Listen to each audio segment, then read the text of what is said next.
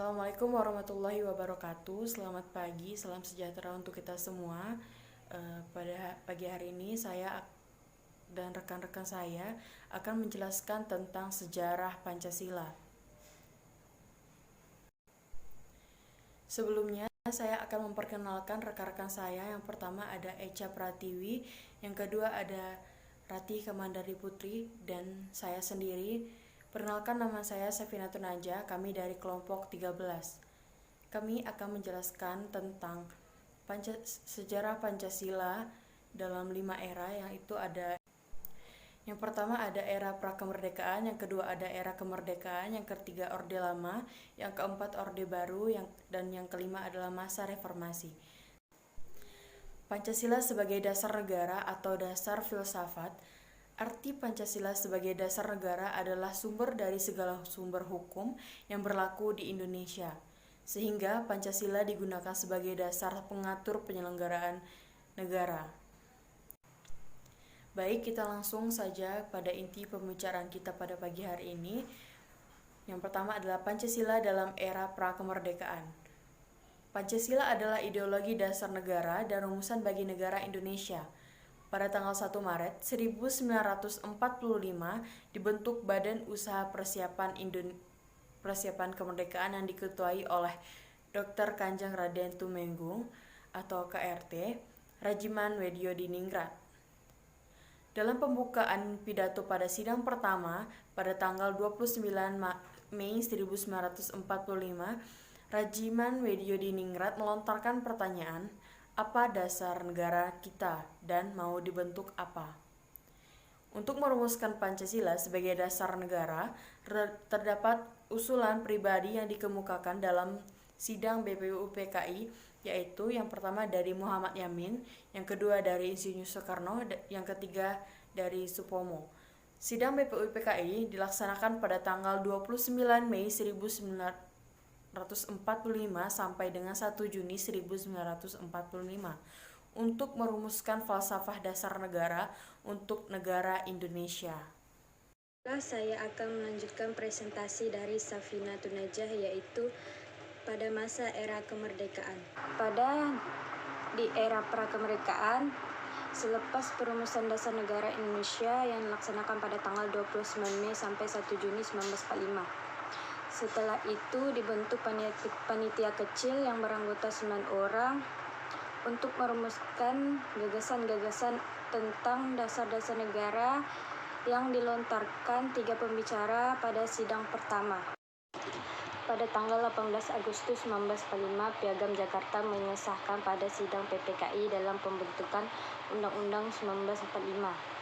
Naskah Piagam Jakarta ditulis dengan menggunakan ejaan Republik dan ditandatangani oleh Insinyur Soekarno, Muhammad Hatta, A.A. Maramis, Abdul Kahar, Kiai Haji Agus Salim, Ahmad Suebarjo, Abi Kuewono, Kiai Haji Wahid Hasim, dan Muhammad Yamin.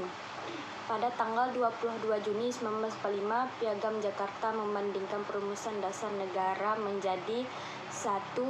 Ketuhanan yang Maha Esa, 2. Kemanusiaan yang adil dan beradab, 3. Persatuan Indonesia, 4. Kerakyatan yang dipimpin oleh hikmat kebijaksanaan dan permusyawaratan perwakilan, 5. Keadilan sosial bagi seluruh rakyat Indonesia.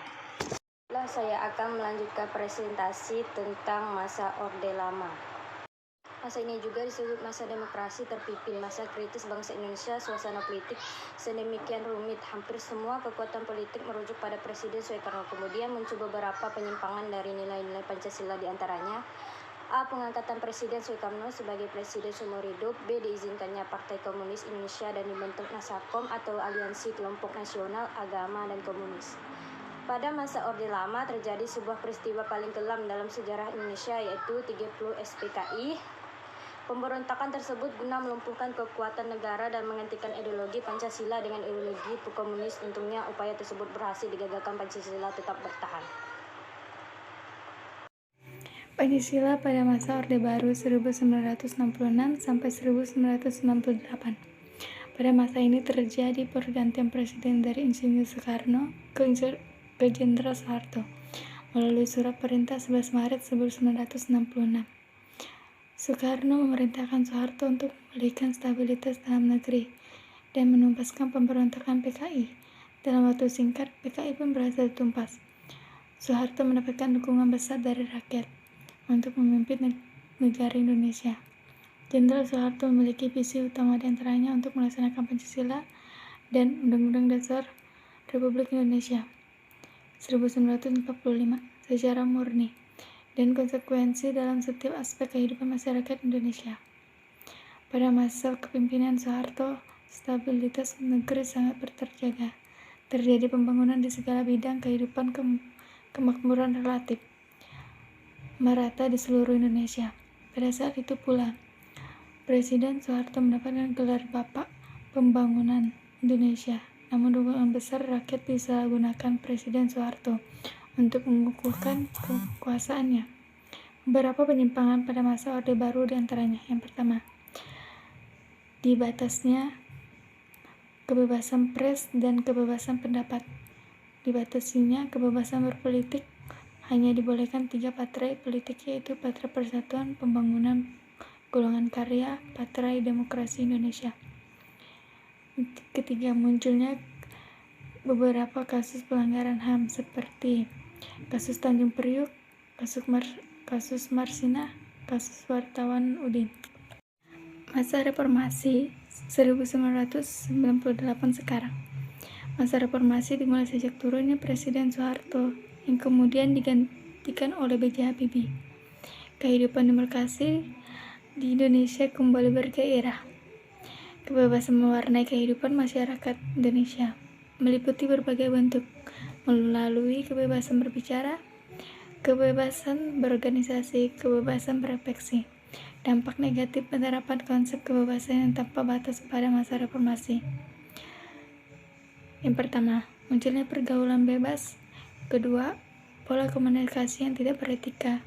Yang ketiga, peredaran narkoba dan minuman keras.